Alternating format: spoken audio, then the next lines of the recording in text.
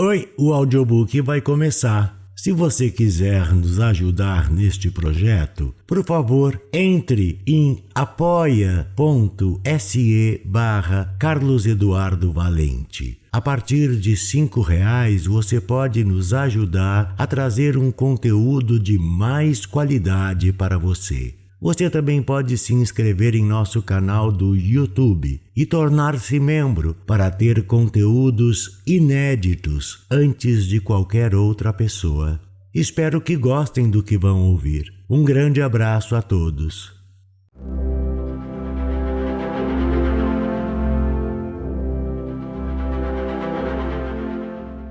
William Wilson, de Edgar Allan Poe. Permiti que, por enquanto, me chame William Wilson. A página virgem que agora se estende diante de mim não precisa ser manchada com meu nome verdadeiro.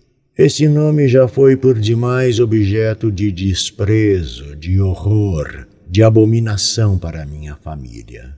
Não terão os ventos indignados, divulgados a incomparável infâmia dele, até as mais longínquas regiões do globo?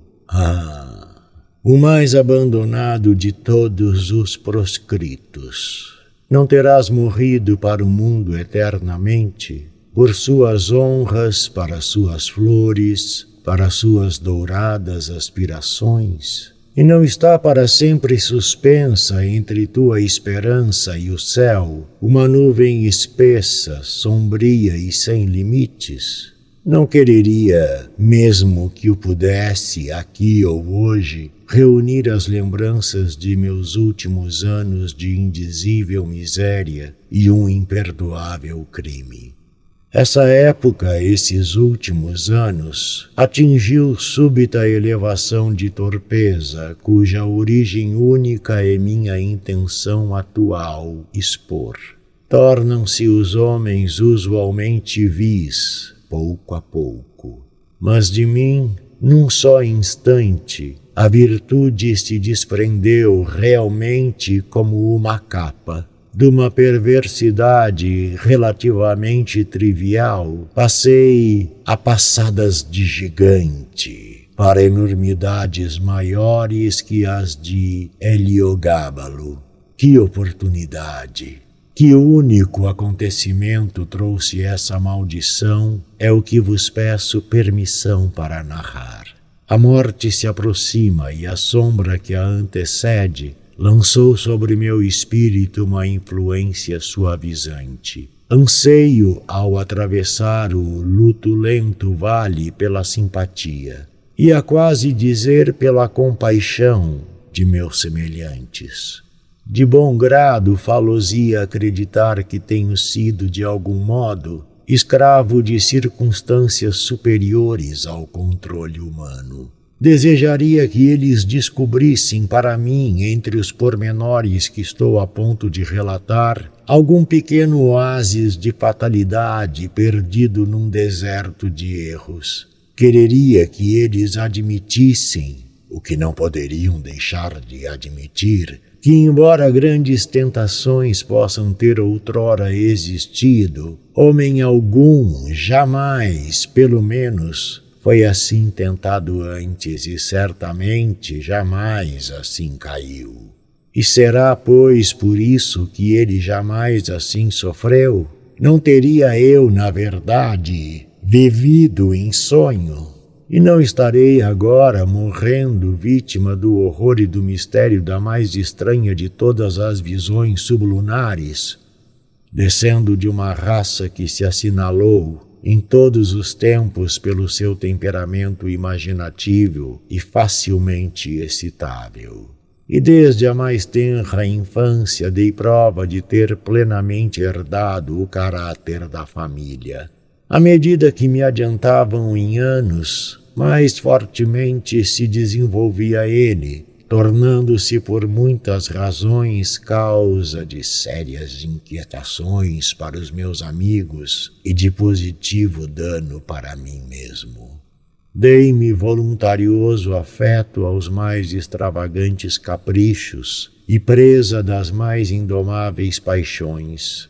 Espíritos fracos e afetados de enfermidades constitucionais da mesma natureza da que me atormentava, muito pouco podiam fazer meus pais para deter as tendências más que me distinguiam. Alguns esforços fracos e mal dirigidos resultavam em completo fracasso por parte deles e, sem dúvida, em completo triunfo da minha. A partir de então, minha voz era lei dentro de casa. E numa idade em que poucas crianças deixavam as suas andadeiras, fui abandonado ao meu próprio arbítrio e tornei-me em tudo, menos de nome, o senhor de minhas próprias ações. Minhas mais remotas recordações da vida escolar estão ligadas a uma grande e extravagante casa de estilo isabelino, numa nevoenta aldeia da Inglaterra, onde havia grande quantidade de árvores gigantescas e nodosas, e onde todas as casas eram extremamente antigas. Na verdade, aquela venerável e vetusta cidade era um lugar de sonho e que excitava a fantasia. Neste instante mesmo sinto na imaginação o arrepio refrescante de suas avenidas intensamente sombreadas. Respiro a fragrância de seus 1000 bosquetes e estremeço ainda, com indefinível prazer, a lembrança do som cavo e profundo do sino da igreja quebrando a cada hora, com súbito e soturno estrondo, a quietação da atmosfera fusca em que se embebia e adormecia o gótico campanário crenulado. Retardar-me nas minudentes recordações das coisas escolares é talvez o maior prazer que me é dado agora experimentar, de certo modo. Imerso na desgraça como estou, desgraça, ai de mim! Demasiado real.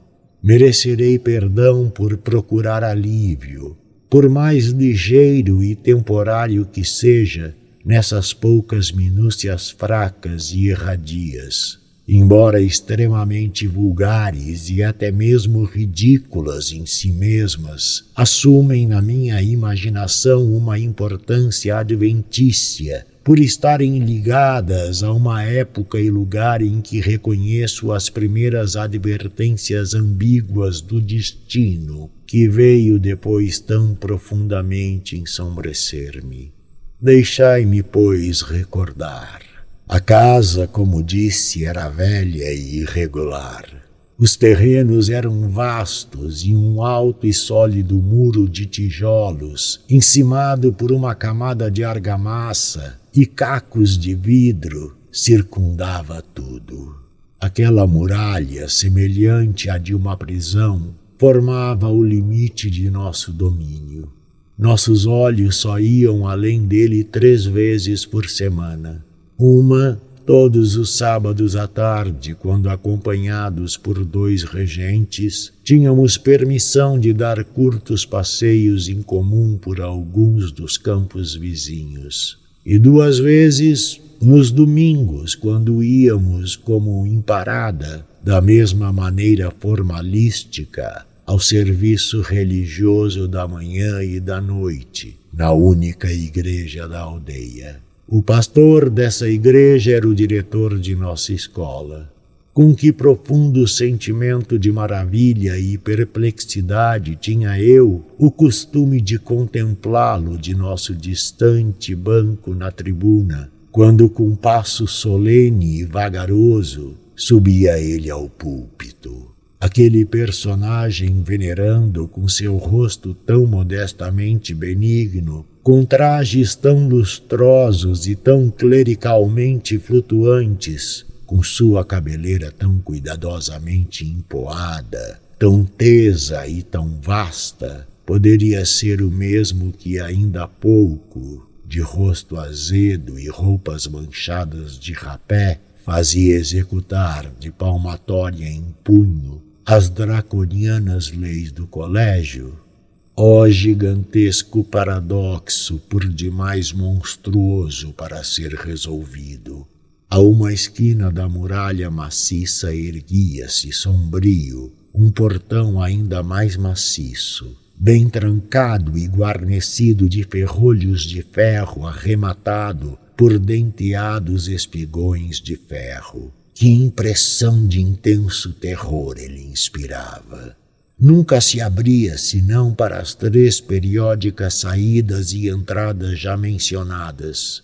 Então, a cada rangido de seus poderosos gonzos, descobríamos uma plenitude de mistério. Um mundo de solenes observações ou de meditações ainda mais solenes. O extenso recinto era de forma irregular, possuindo muitos recantos espaçosos, dos quais 3 ou 4 dos mais vastos constituíam o campo de recreio. Era plano e recoberto de um cascalho fino e duro. Lembro-me bem de que não haviam árvores, nem bancos, nem qualquer coisa semelhante. Ficava naturalmente na parte posterior da casa. Na frente estendia-se um pequeno jardim, plantado de bucho e outros arbustos. Mas por entre aquela sagrada região só passávamos realmente em bem raras ocasiões, tais como a da primeira ida ao colégio ou a da saída definitiva, ou talvez quando, com um parente ou amigo, tendo vindo buscar-nos, tomávamos alegremente o caminho da casa paterna, pelas férias do Natal ou do São João. Mas a casa, que curioso casarão era aquele! Para mim, um verdadeiro palácio de encantamentos. Não havia realmente fim para suas sinuosidades. Era um nunca acabar de subdivisões incompreensíveis. Era difícil, em qualquer ocasião, dizer com certeza se a gente estava em algum de seus 2 andares. De cada sala para outra, era certo encontrarem-se 3 ou 4 degraus a subir ou a descer. Depois, as subdivisões laterais eram inúmeras, inconcebíveis e tão cheias de voltas e reviravoltas que as nossas ideias mais exatas a respeito da casa inteira não eram muito diversas daquelas com que imaginávamos o infinito. Durante 5 anos de minha estada ali, nunca fui capaz de determinar com precisão em que remoto local estava situado o pequeno dormitório que me cabia, bem como a uns 18 ou 20 outros estudantes. A sala de aulas era a mais vasta da casa e do mundo. Não podia eu deixar de pensar. Era muito comprida, estreita e sombriamente baixa, com janelas em ogivas e forro de carvalho. A um canto distante, e que inspirava terror, havia um recinto quadrado de 2 ou 3 metros, abrangendo o sanctum, durante as horas de estudo de nosso diretor, o reverendo Dr. Bransby. Era uma sólida construção de porta maciça e, a abri-la na ausência do mestre-escola, teríamos todos preferido morrer de la peine forte dure. Em outros ângulos havia 2 outros compartimentos idênticos, bem menos respeitados, é certo, mas mesmo assim motivadores de terror. Um era a cátedra do professor de letras clássicas e o outro o professor de inglês e matemática. Espalhados pela sala, cruzando-se e entrecruzando-se, numa irregularidade sem fim, viam-se inúmeros bancos e carteiras, enegrecidos, velhos e gastos pelo tempo, horrivelmente sobrecarregado de montões de livros, manchados de tão retalhados de iniciais, de nomes por extenso, de grotescas figuras e outros numerosos lavores de faca que haviam perdido inteiramente o pouco da forma original que lhes poderia ter cabido nos dias mais remotos. Um enorme pote de água erguia-se a uma extremidade da sala, e na outra um relógio de estupendas dimensões. Encerrado entre as maciças paredes daquele venerável colégio, passei, todavia, sem desgosto ou tédio, os anos do terceiro lustro de minha vida. O cérebro fecundo da infância não exige um mundo exterior de incidentes para com ele ocupar-se ou divertir-se. E a monotonia aparentemente triste de uma escola estava repleta de mais intensa excitação que a minha mocidade mais madura extraiu da luxúria ou minha plena maturidade do crime. Todavia, devo crer que meu primeiro desenvolvimento mental tivesse tido muito de extraordinário e muito mesmo de exagerado. Em geral, os acontecimentos da primeira infância raramente deixam uma impressão definida sobre os homens na idade madura. Tudo são sombras cinzentas, recordações apagadas e imprecisas, indistinto amontoado de débeis prazeres e de fantasmagóricos pesares. Comigo tal não se deu. Devo ter na infância sentido com a energia de um homem o que agora encontro estampado na memória em linhas tão vivas, tão fundas, tão duradouras como os enxergos das medalhas cartaginesas. Contudo, de fato, na realidade do mundo em que eu vivia, quão pouco havia para recordar.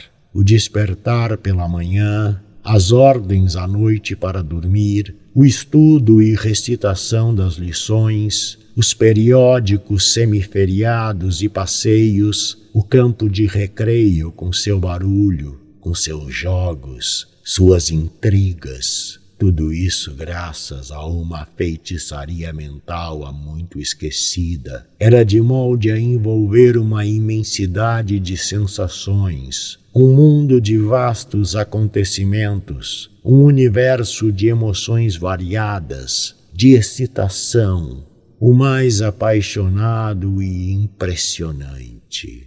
Ah, que época boa aquela do século de ferro! Na verdade, o ardor, o entusiasmo, a imperiosidade de minha natureza depressa me tornaram caráter assinalado entre meus colegas e pouco a pouco, por gradações naturais, deram-me um ascendente sobre todos os que não eram muito mais velhos do que eu, sobre todos, com uma única exceção. Essa exceção encontrava-se na pessoa de um aluno que, embora não fosse parente, possuía o mesmo nome de batismo e o mesmo sobrenome que eu. Circunstância de fato pouco digna de nota, pois, não obstante uma nobre linhagem, o meu era um desses nomes cotidianos que parecem por direito obrigatório ter sido desde tempos imemoriais propriedades comum da multidão. Nessa narrativa designei-me, portanto, como William Wilson, título de ficção não muito diferente do verdadeiro. Só meu xará de todos os que, na fraseologia da escola, constituíam nossa turma, atreveu-se a competir comigo nos estudos da classe, nos esportes e jogos do recreio, a recusar implícita crença às minhas afirmativas de submissão à minha vontade e realmente a intrometer-se nos meus ditames arbitrários em todos os casos possíveis. Se há na terra um despotismo supremo e absoluto, é o despotismo de um poderoso cérebro juvenil sobre o espírito menos enérgicos de meus companheiros. A rebeldia de Wilson era para mim fonte do maior embaraço, e tanto mais o era quanto a despeito das bravatas com que em público eu fazia questão de tratá-lo e as suas pretensões no íntimo, sentia medo dele. E não podia deixar de considerar a igualdade que ele mantinha tão facilmente comigo como uma prova de sua verdadeira superioridade, desde que me custava uma perpétua luta não ser sobrepujado. Todavia, essa superioridade ou igualdade não era, na verdade, conhecida de ninguém senão de mim mesmo. Nossos companheiros, graças talvez a alguma cegueira inexplicável, nem mesmo pareciam suspeitar disso. Na verdade, sua competição, sua resistência e sua obstinada resistência em meus propósitos não se manifestava exteriormente. Ele parecia ser destituído também da ambição que excita e da apaixonada energia de espírito que me capacitava a superar. Poderia supor-se que em sua rivalidade ele atuava somente por um desejo estranho de contradizer-me, espantar-me, mortificar-me, embora ocasiões houvesse em que eu não podia deixar de observar com uma sensação composta de maravilha, rebaixamento e irritação que ele misturava suas injúrias, seus insultos ou suas contradições, certa afetividade de maneiras muito imprópria e seguramente muito desagradável. Só podia imaginar que essa singular conduta proviesse de uma presunção consumada que assumia os aspectos vulgares de patrocínio e proteção. Talvez tivesse sido esse último traço do procedimento de Wilson, conjugado com a nossa identidade de nome e o simples acaso de termos entrado na escola no mesmo dia, que trouxe à baila a ideia de que éramos irmãos entre as classes mais velhas do colégio, pois estas não indagavam usualmente com bastante precisão dos negócios das classes menores. Já disse antes, ou deveria ter dito, que Wilson não tinha parentesco com a minha família, nem no mais remoto grau. Mas seguramente, se tivéssemos sido irmãos, deveríamos ter sido gêmeos, pois, após ter deixado o colégio do Dr. Bransby, vim a saber por acaso que o meu xará tinha nascido no dia 19 de janeiro de 1813. E isto é uma coincidência um tanto notável, por ser precisamente o dia do meu próprio nascimento. Pode parecer estranho que, a despeito da contínua ansiedade que me causavam a rivalidade de Wilson e seu intolerável espírito de contradição, não pudesse eu ser levado a odiá-lo totalmente. Tínhamos, na verdade, uma briga quase todos os dias, na qual, concedendo-me publicamente a palma da vitória, ele, de certo modo, me obrigava a sentir que não fora eu quem a merecera. Contudo, um senso de orgulho de minha parte e uma verdadeira dignidade da dele conservavam-nos sempre no que chamávamos relações de cortesia. Ao mesmo tempo que havia muitos pontos de forte identidade em nossa índole, agindo para despertar em mim um sentimento que talvez somente nossa posição impedisse de amadurecer em amizade. É difícil, na verdade, definir ou mesmo descrever meus reais sentimentos para com ele. Formavam uma mistura complexa e heterogênea. Certa animosidade petulante que não era ainda ódio,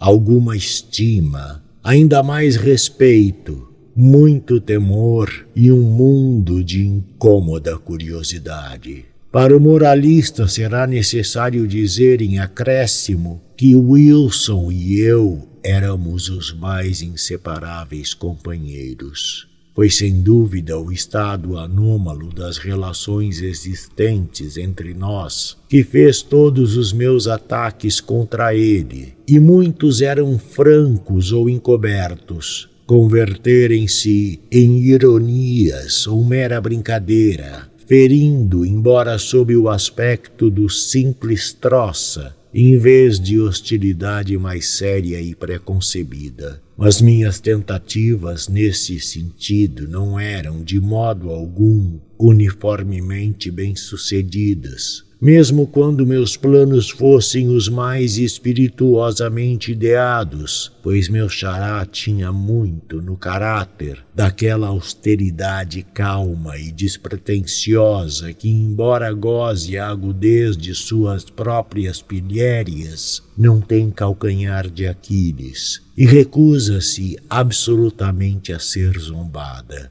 Eu podia descobrir, na realidade, apenas um ponto vulnerável e que, consistindo numa peculiaridade pessoal nascida, talvez enfermidade orgânica, teria sido poupada por qualquer antagonista menos incapaz de revidar do que eu. Meu rival tinha uma deficiência nos órgãos faciais ou guturais que o impedia de elevar a voz em qualquer ocasião acima de um sussurro muito baixo.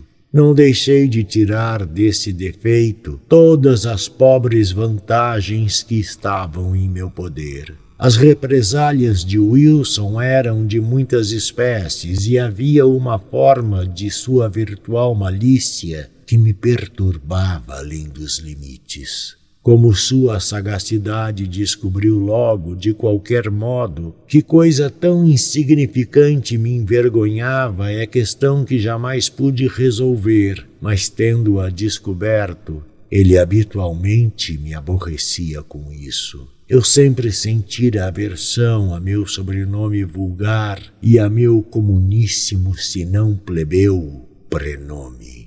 Tais palavras eram venenos aos meus ouvidos, e quando no dia da minha chegada um segundo Wilson William também chegou ao colégio, senti raiva dele por usar esse nome e sem dúvida antipatizei com o nome porque o usava um estranho que seria a causa de sua dupla repetição, que estaria constantemente na minha presença e cujos atos, na rotina comum das coisas, deviam inevitavelmente, em virtude da detestável coincidência, confundir-se com os meus. O sentimento de vexame, assim, engendrado, tornava-se mais forte a cada circunstância que tendesse a mostrar semelhança, moral ou física, entre meu rival e eu mesmo. Não tinha então descoberto o fato notável de sermos da mesma idade, mas via que éramos da mesma altura e percebi que éramos mesmo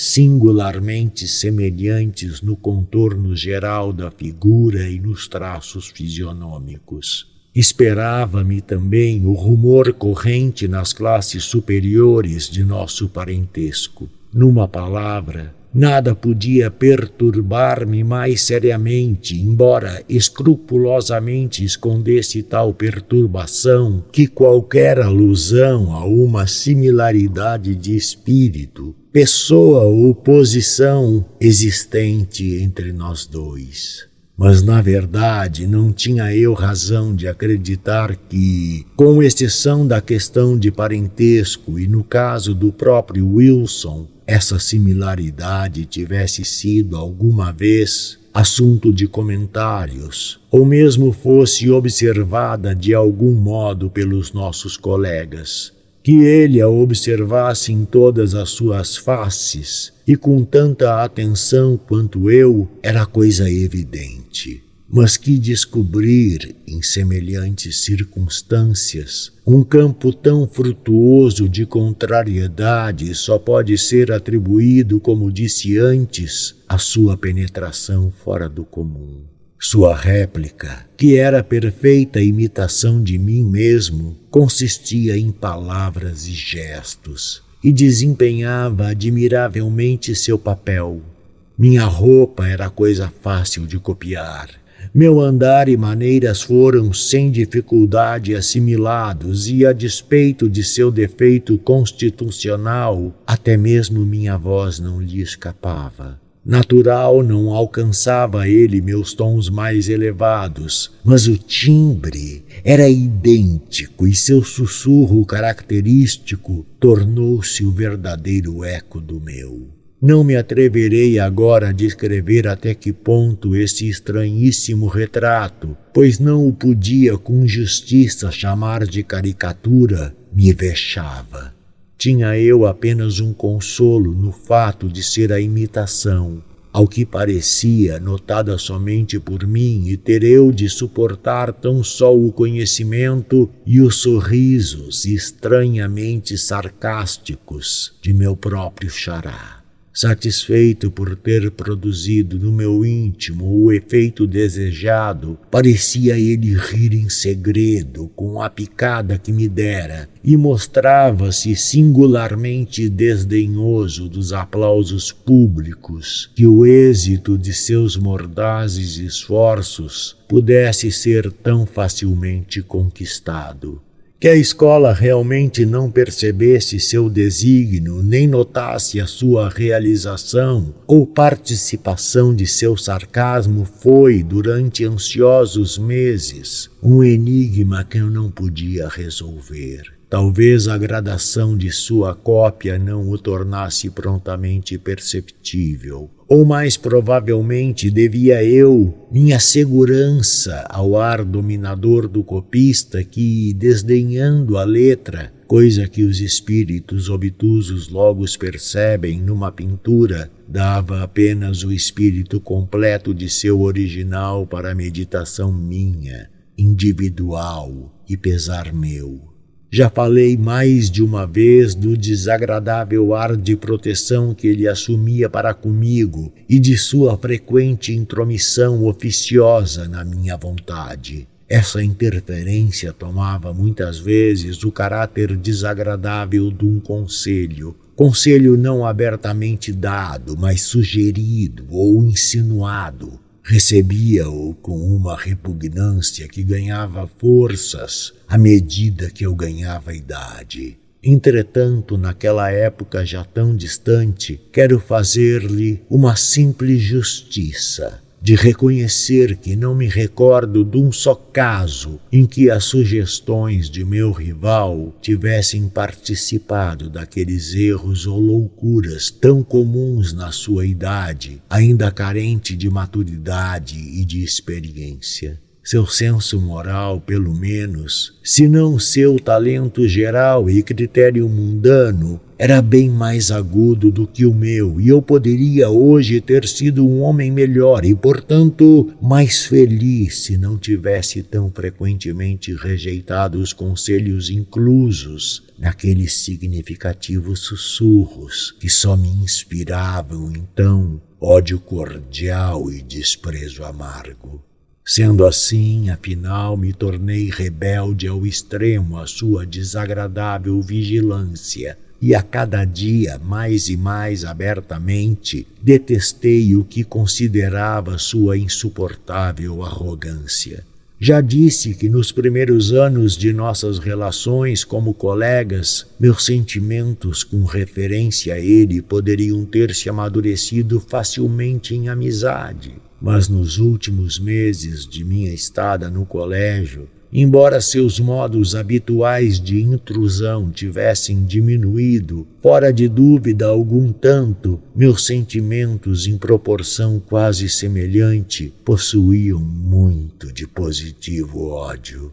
Certa ocasião ele o percebeu, creio, e depois disso evitou-me ou fingiu evitar-me. Foi mais ou menos na mesma ocasião, se bem me lembro, que numa violenta altercação com ele, em que se descuidou mais do que de costume e falou e agiu com uma franqueza de maneiras bem estranhas sua índole, descobri, ou imaginei ter descoberto, em sua pronúncia, na sua atitude, no seu aspecto geral, algo que a princípio me chocou e depois me interessou profundamente por me relembrar sombrias visões de minha primeira infância. Tropel confuso e estranho de recordações de um tempo em que a própria memória ainda não nascera.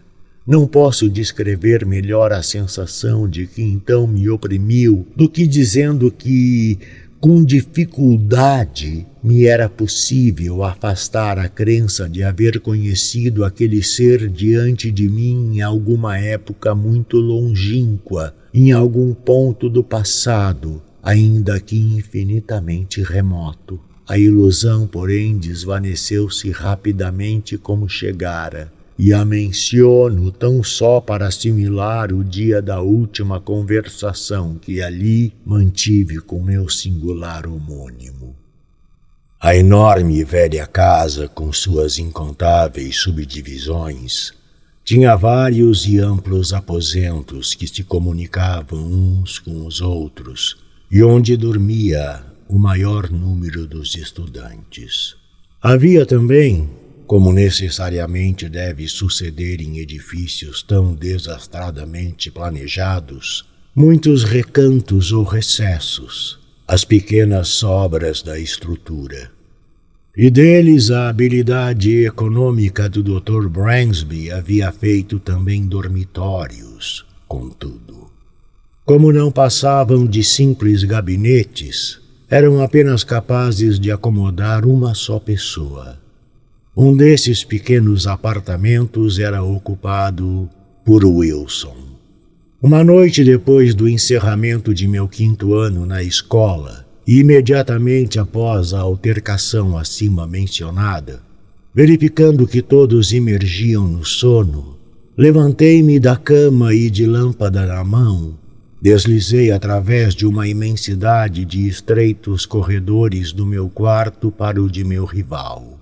Longamente planejara uma dessas peças de mau gosto, à custa dele, em que até então eu tão constantemente falhara. Era agora minha intenção pôr o plano em prática e resolvi fazê-lo sentir toda a extensão da malícia de que eu estava imbuído. Tendo alcançado seu quartinho, entrei silenciosamente, deixando a lâmpada do lado de fora. Com um quebra-luz por cima, dei um passo e prestei ouvidos ao som de sua respiração tranquila. Certo de que ele estava dormindo, voltei e apanhei a luz e com ela me aproximei de novo da cama. Cortinados fechados a rodeavam. Prosseguindo em meu plano, abri-os devagar e quietamente, caindo então sobre o adormecido em cheio, os raios brilhantes de luz, ao mesmo tempo que meus olhos sobre seu corpo. Olhei e um calafrio, uma sensação enregelante no mesmo momento me atravessou o corpo. Meu peito ofegou, meus joelhos tremeram e todo o meu espírito se tornou presa de um horror imotivado, embora intolerável. Arquejando, baixei a lâmpada até quase encostá-la no seu rosto. Eram aquelas as feições de William Wilson. Vi de fato que eram as dele, mas tremi como num acesso de febre, imaginando que não o eram, que havia em torno delas para me perturbarem desse modo. Contemplei enquanto meu cérebro girava com uma multidão de pensamentos incoerentes. Não era assim que ele se aparecia, certamente não era assim, na vivacidade de suas horas despertas. O mesmo nome, os mesmos traços pessoais, o mesmo dia de chegada ao colégio e depois sua obstinada e incompreensível imitação de meu andar, de minha voz, de meus costumes, de meus gestos. Estaria, em verdade, dentro dos limites da possibilidade humana que o que eu então via fosse simplesmente o resultado da prática habitual dessa imitação sarcástica? Horrorizado, com um tremor crescente, apaguei a lâmpada, saí silenciosamente do quarto e abandonei imediatamente os salões daquele velho colégio para neles nunca mais voltar a entrar. Depois de um lapso de alguns meses, passados em casa em mera ociosidade, vi-me como estudante em Eton. Este curto intervalo fora suficiente para enfraquecer em mim a recordação dos acontecimentos no colégio do Dr. Bransby, ou pelo menos para efetuar uma radical mudança na natureza dos sentimentos com que eu os relembrava. A verdade, a tragédia do drama não existia mais. Eu achava agora motivos para duvidar do testemunho de meus sentidos, e muitas vezes recordei o assunto unicamente e apenas admirando a extensão da credulidade humana e com um sorriso para a viva força da imaginação que eu possuía por herança. Nem era essa espécie de ceticismo capaz de ser diminuído pela natureza da vida que eu levava em Eton. O vórtice de loucura impensada em que ali tão imediata e irrefletidamente mergulhei varreu tudo, exceto a espuma de minhas horas passadas, abismou imediatamente todas as impressões sólidas e sérias e só deixou na memória as leviandades de uma existência anterior. Não desejo, contudo, traçar o curso de meu miserável desregramento ali, um desregramento que desafiava as leis, ao mesmo tempo que iludia a vigilância do Instituto. 3 anos de loucura passados sem proveito apenas me deram os hábitos arraigados do vício e um acréscimo em grau anormal à minha estatura física. Foi quando, depois de uma semana de animalesca dissipação, convidei um pequeno grupo dos mais dissolutos estudantes para uma bebedeira secreta em meu quarto. Encontramo-nos às horas tardias da noite, pois nossas orgias deviam prolongar-se religiosamente até a manhã. O vinho corria à vontade, e não haviam sido esquecidas outras e talvez mais perigosas seduções. Assim a plúmbea aurora já aparecera debilmente no oriente, quando nossa delirante extravagância estava no auge. Loucamente excitado pelo jogo e pela bebida, eu estava a insistir num brinde de profanação mais do que ordinária, quando minha atenção foi subitamente desviada pelo abrir-se da porta do aposento, parcial embora violentamente, e pela voz apressada de um criado lá fora. Disse ele que alguém aparentemente com grande pressa queria falar comigo no vestíbulo. Sob a selvagem excitação do vinho, a inesperada interrupção mais me deleitou do que surpreendeu. Saltei para a frente imediatamente e me levaram ao vestíbulo do prédio. Nessa sala pequena e baixa, não havia uma lâmpada e nenhuma luz. De modo algum, ali penetrava a não ser a excessivamente fraca do alvorecer que se introduzia por uma janela semicircular.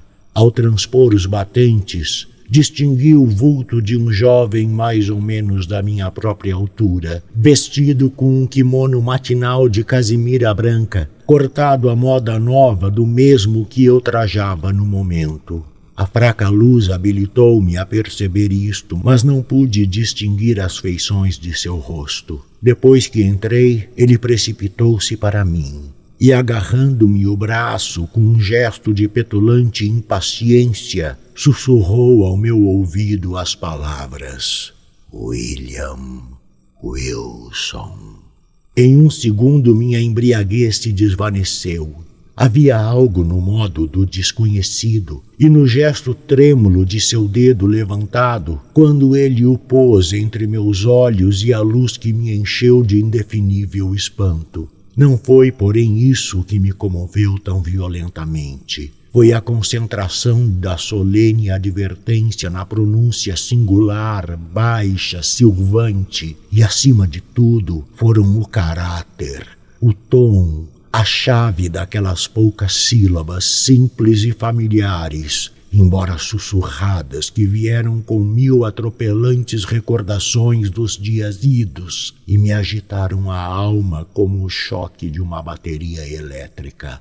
Logo que pude recuperar o uso de meus sentidos, ele já havia partido.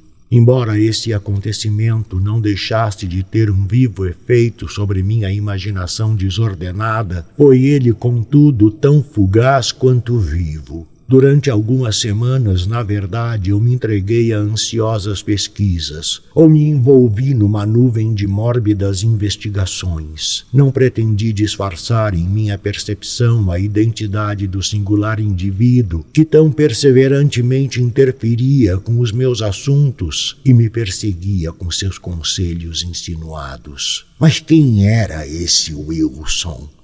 E de onde vinha ele e quais eram suas intenções? Não pude obter satisfatória resposta a qualquer desses pontos, verificando simplesmente em relação a ele que um súbito acidente em sua família provocara sua saída do colégio do Bransby na tarde do dia em que eu fugira de lá. Mas em breve deixei de pensar sobre o caso, estando com a atenção completamente absorvida por uma projetada ida para Oxford.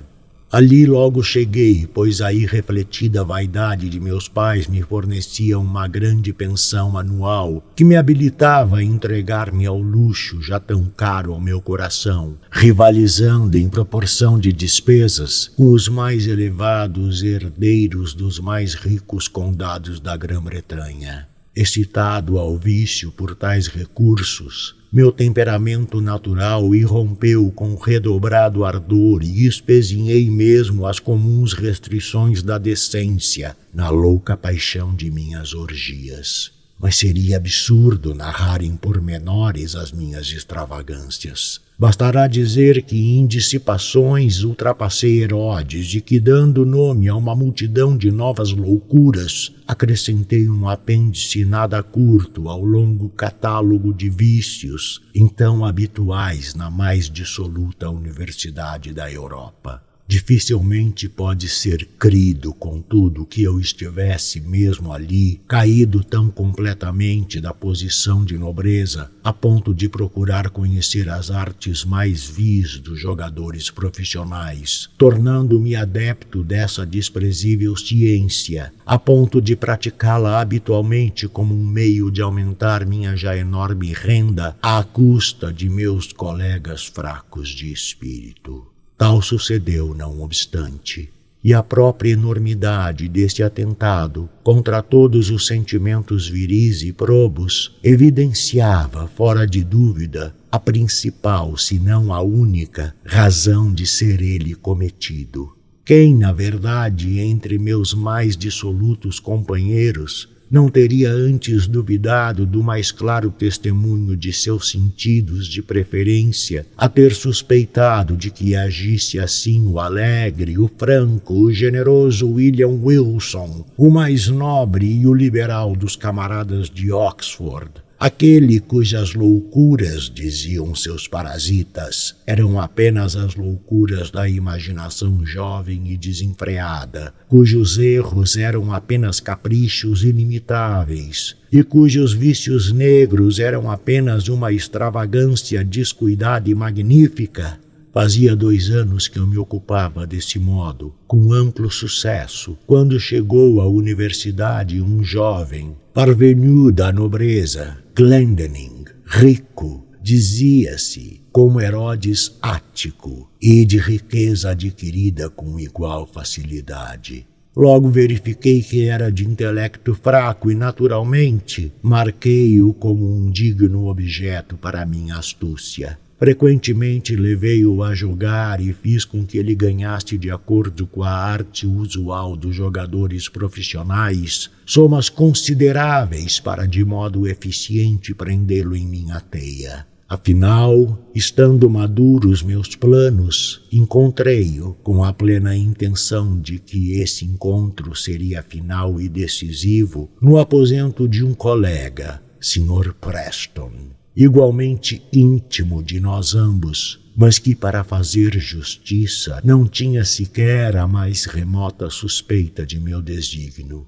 Para dar ao caso melhor colorido, consegui reunir um grupo de 8 ou 10 e tive o mais estrito cuidado em que o aparecimento de cartas de baralho fosse acidental, originando-se da proposta de minha própria vítima em vista. Para ser breve sobre tão vil tópico, nenhuma das baixas espertezas, tão habituais em ocasiões similares, foi omitida.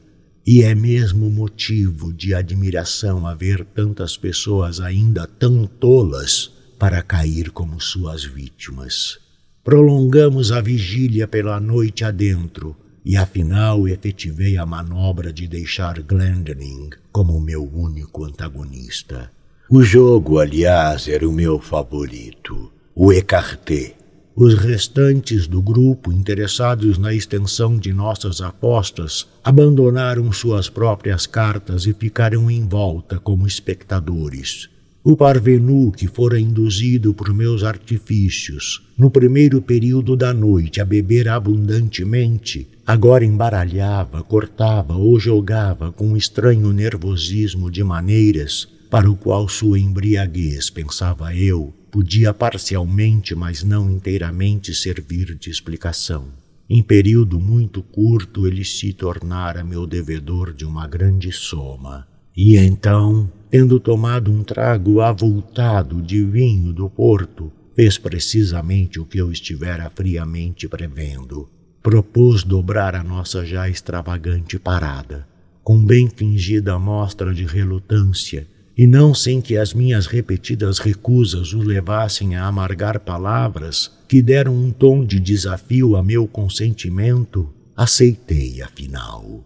O resultado, naturalmente, apenas demonstrou o quanto a presa estava em minha teia. Em menos de uma hora ele quadruplicara sua dívida. Desde algum tempo seu rosto perdera a tintura álacre que lhe dava o vinho. Agora, porém, para meu espanto, percebi que ele se tornava de um pálor verdadeiramente horrível. Para meu espanto, digo. Glendinning fora apresentado em meus intensos inquéritos como imensamente rico, e as quantias que ele até então perdera, embora em si mesmas vastas, não podiam, supunha eu, aborrecê-lo muito seriamente, e muito menos afligi-lo tão violentamente. A ideia de que ele estava perturbado pelo vinho que acabara de tragar foi a que mais prontamente se me apresentou. E mais para defender meu próprio caráter aos olhos de meus companheiros do que, por qualquer motivo menos interesseiro, eu estava a ponto de insistir peremptoriamente para cessarmos o jogo, quando certas expressões saídas dentro do grupo junto de mim e uma exclamação demonstrativa de extremo desespero da parte de Glendinning deram-me a compreender que eu causara sua ruína total sob circunstância que, tornando-o um motivo de piedade para todos, deveria tê-lo protegido dos malefícios mesmo de um demônio. Qual podia ter sido então minha conduta é difícil dizer. A lastimável situação de minha vítima atirara sobretudo um ar de embaraçosa tristeza. Durante alguns momentos foi mantido um profundo silêncio, durante o qual eu não podia deixar de sentir minhas faces formigarem sob os numerosos olhares queimantes de desprezo ou reprovação que me lançavam os menos empedernidos do grupo. Confessarei mesmo que um intolerável peso de angústia foi retirado por breves instantes de meu peito pela súbita e extraordinária interrupção que se seguiu. Os pesados e largos batentes da porta do aposento escancararam-se de uma vez só, com tão vigorosa e impetuosa violência que se apagaram como por mágica todas as velas da sala. Ao morrerem as luzes, pudemos perceber que um estranho havia entrado mais ou menos de minha altura e envolto apertadamente numa capa. A escuridão, porém, não era total e podíamos apenas sentir que ele estava entre nós. Antes que qualquer de nós pudesse refazer-se do extremo espanto em que aquela violência nos tinha lançado a todos, ouvimos a voz do intruso. Cavalheiros, disse ele num sussurro baixo, distinto e inesquecível, que me fez estremecer até a medula dos ossos. Cavalheiros, peço desculpa deste meu modo de proceder, porque assim agindo, estou cumprindo um dever. Não estáis, sem dúvida, informados do verdadeiro caráter da pessoa que esta noite ganhou no Écarté uma soma enorme de Lord Glendinning. Vou, pois, propor-vos um plano expedito e decisivo de obterdes esta informação verdadeiramente necessária. Tende a bondade de examinar à vontade o punho do fundo da manga esquerda e os vários pacotinhos que podem ser achados nos bolsos um tanto vastos de seu roupão bordado. Enquanto ele falava, tão profundo era o silêncio que se poderia ouvir um alfinete cair no soalho. Ao terminar, partiu sem demora e tão violentamente como havia entrado. Poderei eu descrever as minhas sensações? Devo dizer que senti todos os horrores dos danados. Por certo, eu muito pouco tempo tinha para refletir. Muitas mãos me agarraram brutalmente no mesmo instante e reacenderam-se logo em seguida as luzes. Seguiu-se uma busca. No forro de minha manga foram encontradas todas as figuras essenciais do Écarté, e nos bolsos de meu roupão, certo número de baralhos exatamente iguais aos que utilizávamos em nossas reuniões, com a única exceção de que os meus eram da espécie chamada tecnicamente a randolé, sendo as cartas de figuras levemente convexas nas pontas e as cartas comuns levemente convexas nos lados. Com esta disposição, o ingênuo que corta como de costume ao comprido do baralho, invariavelmente é levado a cortar dando figura a seu parceiro, ao passo que o jogador profissional, cortando na largura com toda a certeza, nada cortará para a sua vítima que possa servir de vantagem no desenrolar do jogo. Uma explosão de indignação ter-me-ia afetado menos do que o silêncio de desprezo ou a calma sarcástica com que foi recebida a descoberta. Sr. Wilson, disse o dono da casa, abaixando-se para apanhar de sob seus pés uma capa extremamente luxuosa de peles raras. Sr. Wilson, isso lhe pertence. O tempo estava frio e, ao deixar meu próprio quarto, lançaram uma capa sobre meu roupão, desfazendo-me dela ao chegar no teatro do jogo. Presumo que seja supérfluo, e olhou as dobras da capa com um sorriso amargo. Procurar aqui qualquer outra forma de sua habilidade. Na verdade, já chega, e é o bastante. O senhor reconhecerá a necessidade, e assim o espero, de abandonar Oxford e, de qualquer modo, de abandonar instantaneamente, imediatamente a minha casa. Envelhecido, humilhado até o pó como então estava, é provável que eu pudesse ter me vingado daquela mortificante linguagem com uma imediata violência pessoal, não tivesse sido toda a minha atenção no momento detida por um fato do mais impressionante caráter. A capa que eu tinha usado era de uma qualidade rara de pele. Quão rara e quão extravagantemente custosa, não me aventurarei a dizer. Seu corte também era de minha própria e fantástica invenção, pois eu era, em questão dessa frívola natureza, um peralvilho exigente até o grau mais absurdo. Quando, portanto, o Sr. Preston entregou-me aquilo que apanhara do chão perto dos batentes da porta do aposento, foi com um espanto quase limítrofe do terror que percebi que minha própria capa pendente já de meu braço, onde sem dúvida a tinha colocado inadvertidamente, e da qual a outra que me apresentavam era apenas a exata reprodução, em todos e até mesmo nos mínimos particulares possíveis. A singular criatura que tão desastrosamente me havia comprometido estivera envolvida, lembrava-me, em uma capa, e nenhuma fora usada absolutamente por qualquer dos membros do nosso grupo, com exceção de mim mesmo. Conservando alguma presença de espírito, tomei a capa que me foi oferecida por Preston. Coloquei-a sem que a percebessem por cima de minha própria capa. Deixei o aposento com uma resoluta carranca de desafio e na manhã seguinte, antes mesmo de raiar o dia, iniciei precipitada viagem de Oxford para o continente, num estado de perfeita angústia, de horror e de vergonha. Fugi em vão. Minha má sorte me perseguiu, como se em triunfo, e mostrou realmente que a ação de seu misterioso domínio tinha começado. Mal tinha eu posto o pé em Paris, já possuía a prova evidente do detestável interesse tomado por aquele Wilson a meu respeito. Anos passavam sem que eu experimentasse alívio algum. Canalha! Em Roma, com que inoportuna, embora espectral solicitude, intrometeu-se ele entre mim e a minha ambição.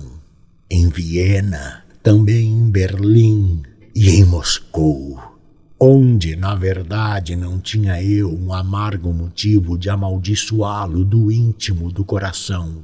Da sua inescrutável tirania eu fugia por fim, tomado de pânico como de uma peste, e até aos confins da terra fugi em vão. E sempre mais, em secreta comunhão com meu próprio espírito, perguntava eu: quem é ele? De onde vem? E quais são os seus objetivos? Mas nenhuma resposta lhe encontrava. E então eu pesquisava com minudente sondagem as formas, os métodos e os traços principais de sua impertinente vigilância.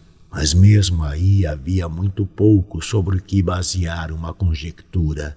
Era visível de fato que em nenhuma das múltiplas vezes em que tivera recentemente de cruzar meu caminho, o fizera sem ser para frustrar aqueles planos ou perturbar ações que, se plenamente realizadas, teriam resultado em acerbo mal. Pobre justificação esta, na verdade, para uma autoridade tão imperiosamente usurpada. Pobre indenização para os direitos naturais de livre-arbítrio tão pertinaz e tão insultuosamente negados.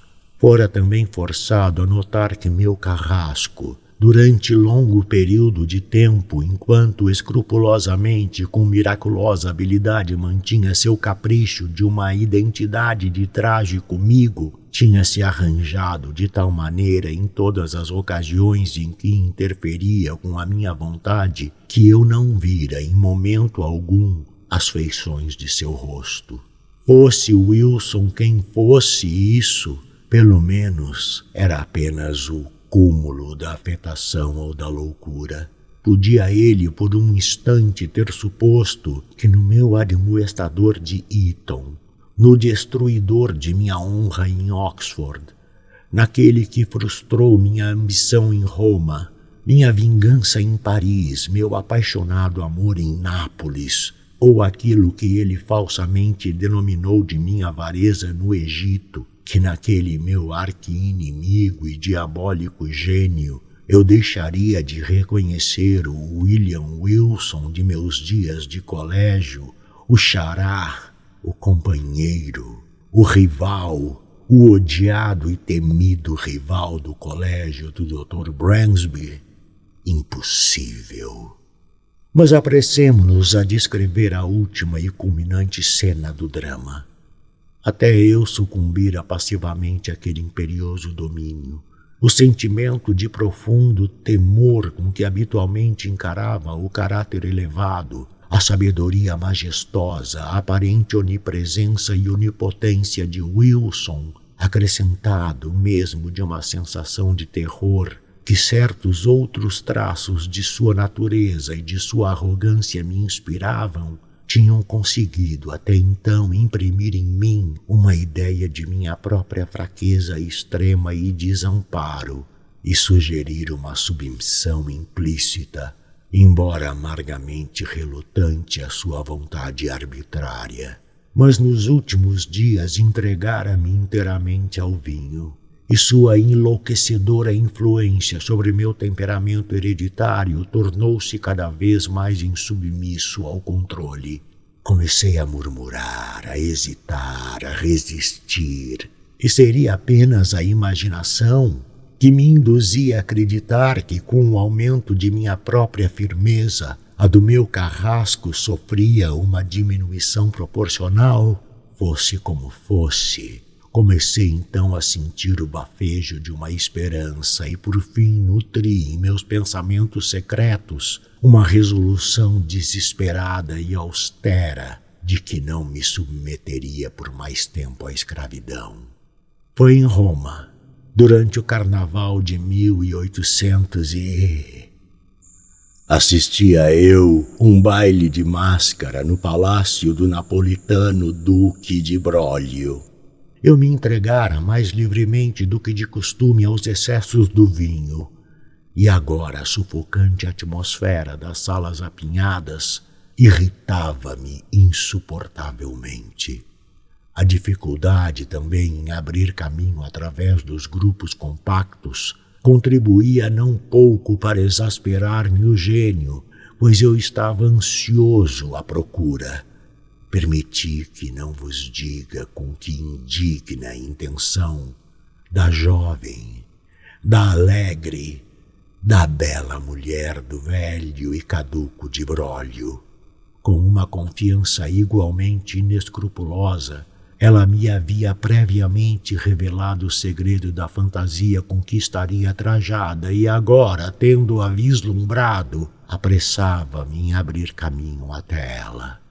Neste exato momento, uma mão pousou levemente sobre meu ombro e ouvi aquele lembrado, aquele baixo e maldito sussurro dentro em meu ouvido.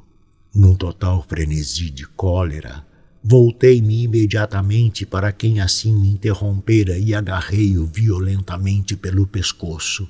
Trajava ele, como eu havia esperado, uma roupa inteiramente igual à minha. Trazia uma capa espanhola de veludo azul, cingida em torno da cintura por um cinturão escarlate que sustentava um florete. Uma máscara de seda preta encobria-lhe inteiramente o rosto. "Canalha!" disse eu numa voz rouca de raiva, ao passo que cada sílaba que eu pronunciava parecia alimentar cada vez mais a minha fúria. Canalha! Impostor! Maldito vilão! Não mais! Não mais você me perseguirá como um cão até a morte. Siga-me, ou eu atravessarei aqui mesmo com este florete.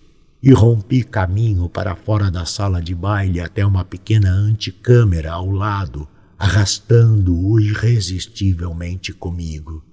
Depois de entrar, atirei-o furiosamente para longe. Ele bateu de encontro à parede enquanto eu fechava a porta com uma praga e lhe ordenava que puxasse a arma. Ele hesitou, mas apenas um instante. Depois, com um leve suspiro, puxou-a em silêncio e pôs-se em guarda. A luta foi deveras curta. Eu estava frenético no paroxismo da excitação selvagem e sentia no meu simples braço a energia e a potência de uma multidão. Em poucos segundos obriguei-o, só pela força, a encostar-se ao entablamento da parede e assim, tendo-o à mercê, mergulhei minha espada com bruta ferocidade repetidamente no seu peito. Naquele instante alguém tentou abrir a porta. Apressei-me em evitar uma intromissão e em seguida voltei imediatamente para o meu antagonista moribundo. Mas que língua humana pode adequadamente retratar aquele espanto, aquele horror que de mim se apossou diante do espetáculo que então se apresentou à minha vista? Curto instante em que desviei meus olhos tinha sido suficiente para produzir, ao que parecia, uma mudança positiva na disposição, na parte mais alta ou mais distante do quarto. Um grande espelho, assim a princípio me pareceu na confusão em que me achava, erguia-se agora ali onde nada fora visto antes, e como eu caminhasse para ele no auge do terror, minha própria imagem, mas com as feições lívidas e manchadas de sangue, adiantava-se ao meu encontro com um andar fraco e cambaleante. Assim parecia, digo eu, mas não era. Era meu adversário. Era Wilson que então se erguia diante de mim nos estertores de sua agonia. Sua máscara e sua capa jaziam ali no chão onde ele as havia lançado. Nem um fio em todo o seu vestuário, nem uma linha em todas as acentuadas e singulares feições de seu rosto que não fossem, mesmo na mais absoluta identidade, os meus próprios. Era Wilson, mas ele falava não mais num sussurro, e eu podia imaginar que era eu próprio quem estava falando enquanto ele dizia: "Venceste, e eu me rendo. Contudo, de agora por diante, tu também estás morto. Morto para o mundo, para o céu e para a esperança. Em mim tu vivias, e na minha morte vê por esta imagem, que é a tua própria imagem, quão completamente assassinaste a ti mesmo." Do narrador Carlos Eduardo Valente. Contato carlão50@gmail.com